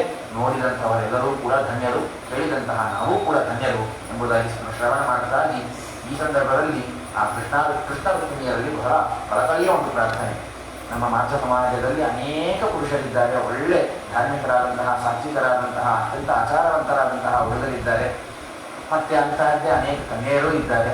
ಅವರವರಿಗೆ ಅವರವರ ಮನೆಗಳಲ್ಲಿ ಅವರವರ ಇಚ್ಛಾನುಸಾರ ಬಹಳ ಉತ್ತಮವಾದಂತಹ ಸಂಕಲ್ಪಾನುಸಾರ ಎಲ್ಲರಿಗೂ ಕೂಡ ಮದುವೆ ಆಗಲಿ, ಯಾರೂ ಕೂಡ ಏಕಾಂಗಿಯಾಗಿ ಉಳಿಯುವುದು ಬೇಡ ಎಂಬುದಾಗಿ ಈ ಸಂದರ್ಭದಲ್ಲಿ ವಿಶೇಷವಾಗಿ ಪ್ರಾರ್ಥನೆ ಮಾಡ್ತಾಗಿ, ಇದಾದ ಮೇಲೆ ಕೃಷ್ಣನ ರುಕ್ಮಿಣಿಯರ ಮದುವೆಯನ್ನು ಹೇಳಿದಂತಹ ವೈಶಂಪಾಯನಾಚಾರ್ಯರು ಮುಂದಿನ ಅಧ್ಯಾಯದಲ್ಲಿ ಕೃಷ್ಣನ ಮೊಮ್ಮಗನಾದಂತಹ ಅನಿರುದ್ಧನಿಗೂ ರುಕ್ಮಿಯ ಮಗನಾದಂತಹ ರುಕ್ಮವತಿಗೂ ಮದುವೆಯನ್ನು ಹೇಳ್ತಾರೆ. ಮತ್ತೊಂದು ಮದುವೆ, ಅನಿರುದ್ಧನಿಗೂ ಯಾವ ರುಕ್ಮವತಿಗೂ ಮದುವೆ ಮತ್ತು ಬಲರಾಮನಿಂದ ರುಕ್ಮಿಯ ವಧ ಇತ್ಯಾದಿ ವೃತ್ತಾಂತಗಳನ್ನು ಹೇಳಿ, ಇದಾದ ಮೇಲೆ ಆ ಯಾವ ಸತ್ಯಭಾಮೆಯ ಸ್ವಯಂ ಮದುವೆಯ ವೃತ್ತಾಂತವನ್ನು ಕೂಡ ಹೇಳ್ತಾ ಹೋಗ್ತಾರೆ. ಈಗ ಅನೇಕ ವೃತ್ತಾಂತಗಳನ್ನು ಹೇಳ್ತಾಗಿ ಮಧ್ಯದಲ್ಲಿ ಒಂದು ಅದ್ಭುತವಾದಂತಹ ವೃತ್ತಾಂತ, ನರಕಾಸುರನ ತೊಂದರೆ ಬಹಳ ಇದೆ ಅಂತ ಗೊತ್ತಾಯಿತು. ಆ ನರಕಾಸುರನನ್ನು ಸಂಹಾರ ಮಾಡಲಿಕ್ಕೆ ಹೋಗಬೇಕಾಗಿದೆ. ತತ್ಪೂರ್ವದಲ್ಲಿ ಆ ನರಕಾಸುರನ ಪಟ್ಟಣಕ್ಕೆ ಹೋಗಿ ಅವನ ಅನೇಕ ದುರ್ಗಗಳನ್ನೆಲ್ಲ ಚಿನ್ನ ಕಸ್ತವನ್ನಾಗಿ ಮಾಡಿ ಆ ನರಕಾಸುರನನ್ನು ಕೊಂದು, ಅವನದೇ ಮಗ ಕೃಷ್ಣನ ಭಗವಂತನ ಮಗನೇ ಅವನು, ಭೂದೇವಿಯಿಂದ ಹುಟ್ಟಿರ್ತಕ್ಕಂತಹ ವರಾಹನ ಮಗ ಅವನನ್ನು ಸಂಹಾರ ಮಾಡಿ ಅವನಲ್ಲಿ ಇದ್ದಂತಹ ಶ್ವೇತ ಛತ್ರ, ಆ ಛತ್ರಿಯಲ್ಲಿ ಒಂದೊಂದು ಕೋಣಗಳಲ್ಲಿಯೂ ಕೂಡ ಅಮೃತ ಒಂದೊಂದು ಬಿಂದು ಬಿಂದು ಬೀಳ್ತಾ ಇತ್ತಂತೆ. ಅಂತಹ ಛತ್ರವನ್ನು ಇಟ್ಕೊಂಡಿದ್ದ. ದೇವತೆಗಳ ಲೋಕದಲ್ಲಿ ಇರಬೇಕಾದಂತಹದ್ದು ಅವೆಲ್ಲ. ಮತ್ತೆ ಅದಿತಿದೇವಿಯ ಕುಂಡಲ, ಅವು ಇವು ಭಗವಂತನದೇ ಆದಂತಹ ಕಿರೀಟ ಎಲ್ಲವನ್ನು ಅವನು ಇಟ್ಕೊಂಡಿದ್ದಾನೆ. ಇತ್ಯಾದಿ ಆದಂತಹ ವೃತ್ತಾಂತ, ಅವನನ್ನು ಸಂಹಾರ ಮಾಡಬೇಕಾಗಿದೆ. ತತ್ಪೂರ್ವದಲ್ಲಿ ಒಂದು ವೃತ್ತಾಂತ ನಡೆಯುತ್ತೆ. ನಾರದರು ಬಂದರು. ಒಬ್ಬೊಬ್ಬರು ಒಂದೊಂದು ರೀತಿಯಲ್ಲಿ ಸಂಸಾರ ನಡೆಸ್ತಾರೆ. ನಮ್ಮಪ್ಪ ದಗಲೊಡೆಯ 14,108 ಜನರಿಗೆ ಮಾಂಗಲ್ಯ ಅರ್ಪಣೆಯನ್ನು ಮಾಡಿದ್ದಾನೆ. 14,108 ಮನೆಗಳನ್ನು ಕಟ್ಟಿದ್ದಾನೆ. ಏನು ಮಾಡ್ತಾನೆ, ಸಂಸಾರ ಹೇಗೆ ಮಾಡ್ತಾನೆ ನೋಡಬೇಕು ಅಂತ ಅಪೇಕ್ಷೆ. ಅಲ್ಲಲ್ಲಿ ಕಲಹ ಕದನವನ್ನು ಮಾಡುವಂತಹ ನಾರದರು ಸ್ವಲ್ಪ ಕೃಷ್ಣನ ಜೊತೆಗೆ ಆಟ ಆಡೋಣ ಅಂತ ಅಲ್ಲಿಂದ ಬಂದರು. ಸ್ವರ್ಗದಿಂದ ಇಳಿದು ಬಂದರು. ಬರುವಾಗ ಸುಮ್ಮನೆ ಬರಬಾರದೆ, ಕೈಯಲ್ಲಿ ಒಂದು ಪಾರಿಜಾತ ಹೂವನ್ನು ತಗೊಂಡ್ಬರ್ತಾರೆ. ಭಾಗವತದಲ್ಲಿ ಪಾರಿಜಾತ ಹರಣವನ್ನೆಲ್ಲ ಕೇಳ್ತೀವಿ. ಪಾರಿಜಾತ ಹೇಗಿರುತ್ತೆ, ಸ್ವರ್ಗದಲ್ಲಿರುವ ಪಾರಿಜಾತ, ನಮ್ಮಲ್ಲಿ ಪಾರಿಜಾತ ಹೂವನ್ನು ನಾವು ನೋಡ್ತೀವಿ, ಅದರಲ್ಲಿ ಅನೇಕ ಹುಳುಗಳು ಬರ್ತವೆ, ಎಲ್ಲ ಬರುತ್ತೆ, ಮೈ ತುಂಬ ನಾವು ನಿಲ್ಲಿಸ್ಕೊಳ್ಳೋದೇ ಹೆಚ್ಚು. ಹೀಗಾಗಿ ನಮ್ಮ ಊರಿನ ಪಾರಿಜಾತ ಅದು ನಿಜವಾಗಿಯೂ ಅದರ ಮಹತ್ವವೇ ಇಲ್ಲ, ಏನೂ ಇಲ್ಲ ಇದರ ಮುಂದೆ. ಪಾರಿಜಾತ, ಸ್ವರ್ಗದ ಪಾರಿಜಾತ ಅದು ಎಂಥದ್ದು ಮಹಿಮೆ ಅಂತ ಹೇಳಿದ್ರೆ ಅದರನ್ನ ಒಂದು ಅಧ್ಯಾಯ ಹೇಳ್ತಾರೆ. ಸ್ವರ್ಗೀಯ ಪಾರಿಜಾತದ ಮಹಿಮೆ, ಆ ಒಂದು ಹೂವಿನ ಮಹಿಮೆ. ಆ ಮಹಿಮೆಯನ್ನು ಹೇಳುವಾಗ ಹೇಳ್ತಾರೆ, ರಾಮ್ ನಾರದ ಸ್ತಸೋವಾಚ ಮುನೇ ಬ್ರಹ್ಮಸುತಸ್ತದ ಹೇಳ್ತಾರೆ, ಕಲ್ಯಾಣ ವನಸಂಪನ್ನೇ ಸತತಂ ಭದ್ರವತ್ಸಲೆ ಅಮ್ಲಾನಮೇತ ಸತತಂ ಪುಷ್ಪಂ ಭವತ್ಕಾಮಿನಿ. ಕೃಷ್ಣನ ಕೈ ಕೊಟ್ಟು ಸುಮ್ಮನೆ ಕೊಡಬಾರ್ದ, ನಿನಗೆ ಅತ್ಯಂತ ಯಾರು ಪ್ರಿಯರೋ ಅವರ ಕೈ ಕೊಡು ಅಂತ ಹೇಳಿ ಕೊಡ್ತಾರೆ ನಾರದರು. ಪಕ್ಕದಲ್ಲಿ ರುಕ್ಮಿಣಿ ದೇವಿ ನಿಂತಿದ್ದಾರೆ. ಹಿಂಗೇನ್ ಮಾಡ್ಲಿಕ್ಕೆ ಸಾಧ್ಯ? ಕೃಷ್ಣ ನೋಡಿದ, ಶುರು ಮಾಡಿದೇನಪ್ಪ ನಾರದ, ಇವತ್ತು ಬಂದಿದ್ದು ಕೆಲಸ ಸಾರ್ಥಕವಾಯ್ತಾ ಅಂತ ಹೇಳಿ ಆ ಪಾರಿಜಾತವನ್ನ ರುಕ್ಮಿಣಿ ದೇವಿ ಕೈಗೆ ಕೊಟ್ಟಿದ್ದಾನೆ ಶ್ರೀಕೃಷ್ಣ ಪರಮಾತ್ಮ. ಅತ್ಯಂತ ಪ್ರಿಯರು ಇನ್ಯಾರೂ ಇರಲಿಕ್ಕಿಲ್ಲ. ಆ ಬ್ರಹ್ಮಾದಿ ದೇವತೆಗಳಿಗಿಂತಲೂ ಕೂಡ ಅತ್ಯಧಿಕ ರೀತಿಗೆ ಪಾತ್ರರಾದವರು ಲಕ್ಷ್ಮೀ ದೇವಿ. ಹೀಗಾಗಿ ಅಲ್ಲಿ ಕೊಟ್ಟಿದ್ದಂತೂ ಏನು ತಪ್ಪೇನಿಲ್ಲ ಅಂತ ರುಕ್ಮಿಣಿ ಕೈ ಕೊಟ್ಟರು. ಅವಾಗ ನಾರದರು ಹೇಳ್ತಾರೆ, ಈ ಪಾರಿಜಾತವನ್ನ ಸಾಮಾನ್ಯ ಹೂವನ್ನು ತಿಳ್ಕೋಬೇಡಮ್ಮ, ಭೂಮಿಯಲ್ಲಿರುವಂತಹ ಹೂವಿನಂತೆ ಅಲ್ಲ ಇದು, ಅದ್ಭುತವಾದಂತಹ ದ್ವಿತೀಯವಾದಂತಹ ಹೂವು ಇದು, ದಿವ್ಯವಾದದ್ದು. ಅಮ್ಲಾನನೇ ಕಥೆ, ಇದು ಯಾವತ್ತೂ ಬಾಡೋದೇ ಇಲ್ಲ, ಯಾವತ್ತೂ ಇದು ಬಾಡೋದಿಲ್ಲ. 1 ವರ್ಷದವರೆಗೆ ಇದು ಭೂಮಿಯಲ್ಲಿ ಇರುತ್ತೆ, ಆಮೇಲೆ ಮತ್ತೆ ತನ್ನ ಲೋಕಕ್ಕೆ ಹೋಗುತ್ತಿದ್ದು, ಮತ್ತೆ ಇಲ್ಲಿಂದ ಮೇಲಿನ ಲೋಕಕ್ಕೆ ಹೊರಟೋಗುತ್ತೆ, ಇರೋದಿಲ್ಲ ಇದು. ಈಪ್ಸಿತಾನಾಂತಿಗಂಧಾನ ದದಾತಿ ವದತಾಂಬರೆ.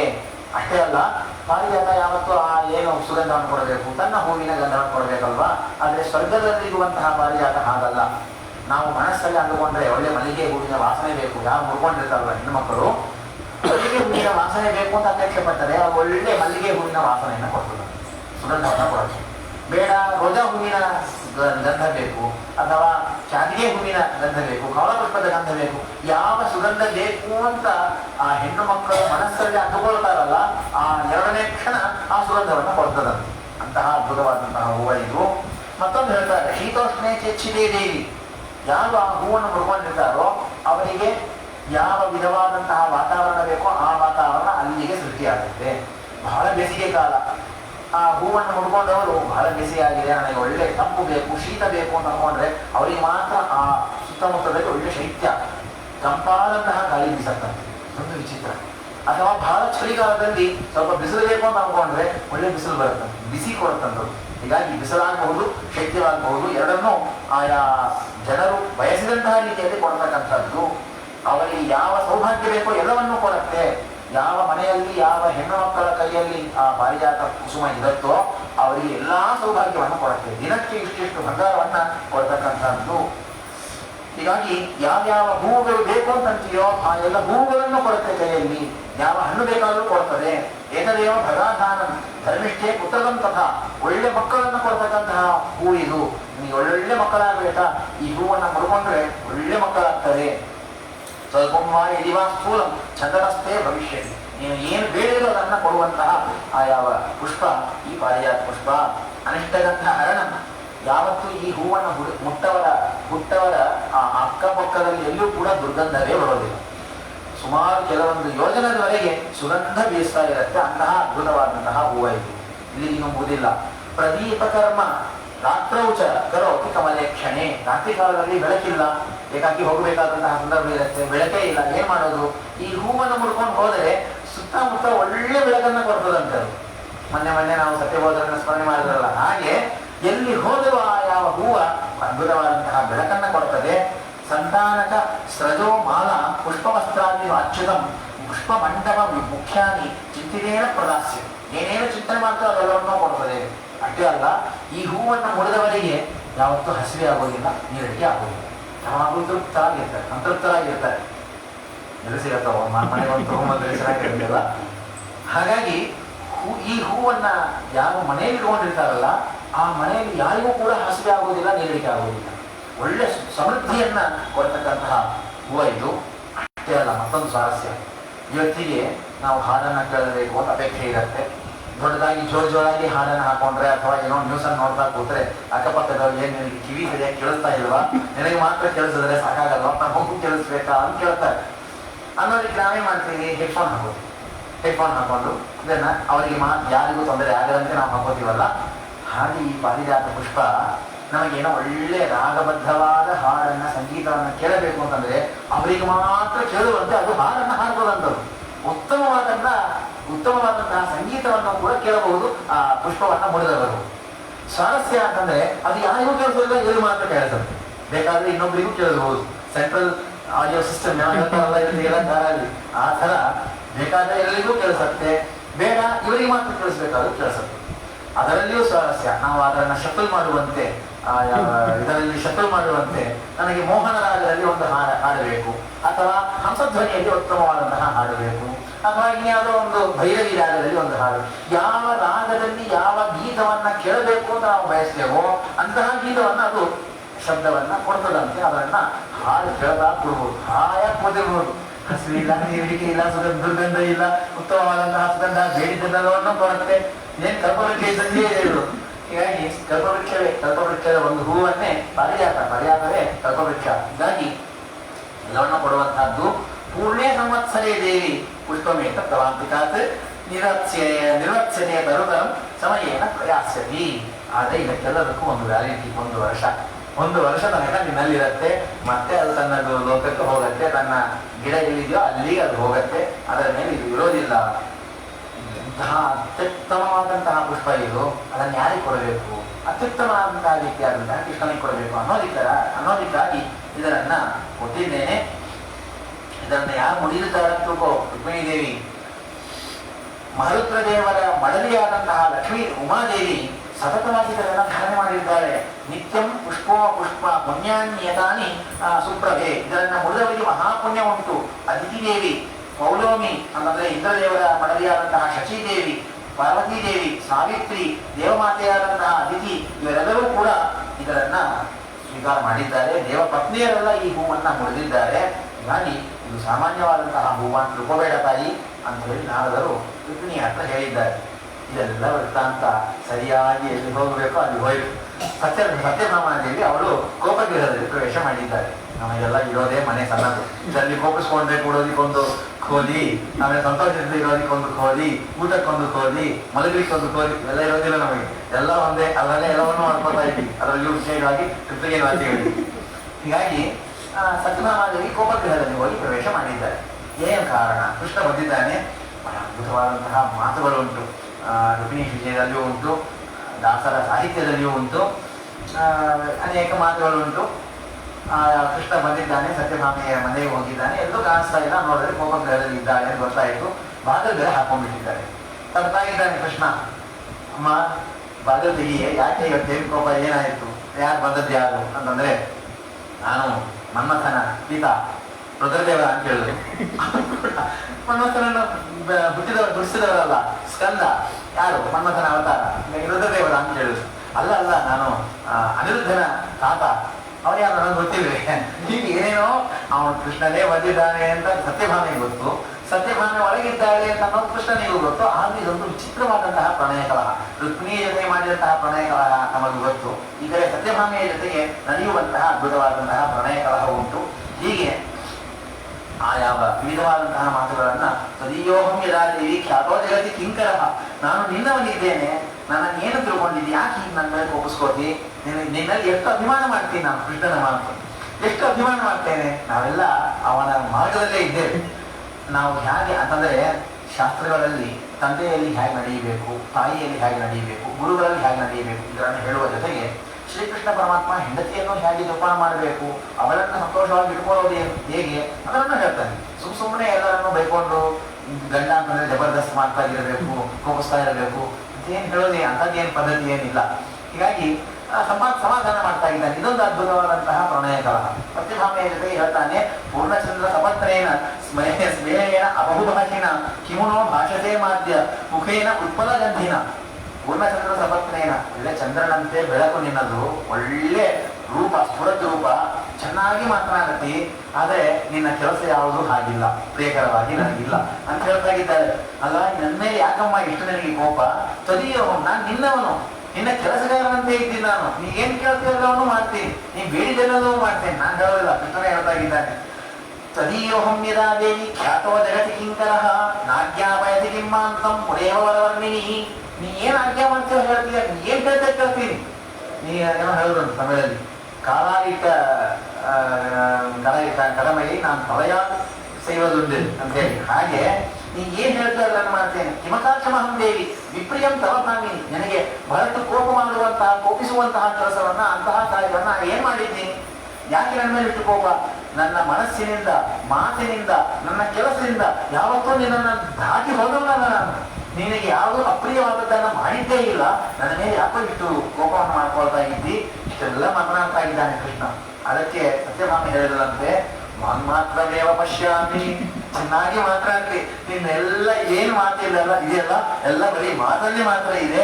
ಮಾತಲ್ಲಿ ಒಳ್ಳೆ ರುಚಿ ರುಚಿಯಾದ ಸಿಹಿಯಾದಂತಹ ಮಾತನಾಡ್ತಿ, ಆದ್ರೆ ಕೆಲಸದಲ್ಲಿ ಏನೂ ಇಲ್ಲ. ನಿನಗೆ ಯಾರು ಅತ್ಯಂತ ಪ್ರಿಯರು ಅಂತ ಏನಾದ್ರು ಪ್ರಶ್ನೆ ಬಂದ್ರೆ, ಯಾರು ಪ್ರಿಯರೋ ಅವರ ಹತ್ತಿರ ಹೋಗ್ಬಿಡ್ತೀನಿ ನೀನು.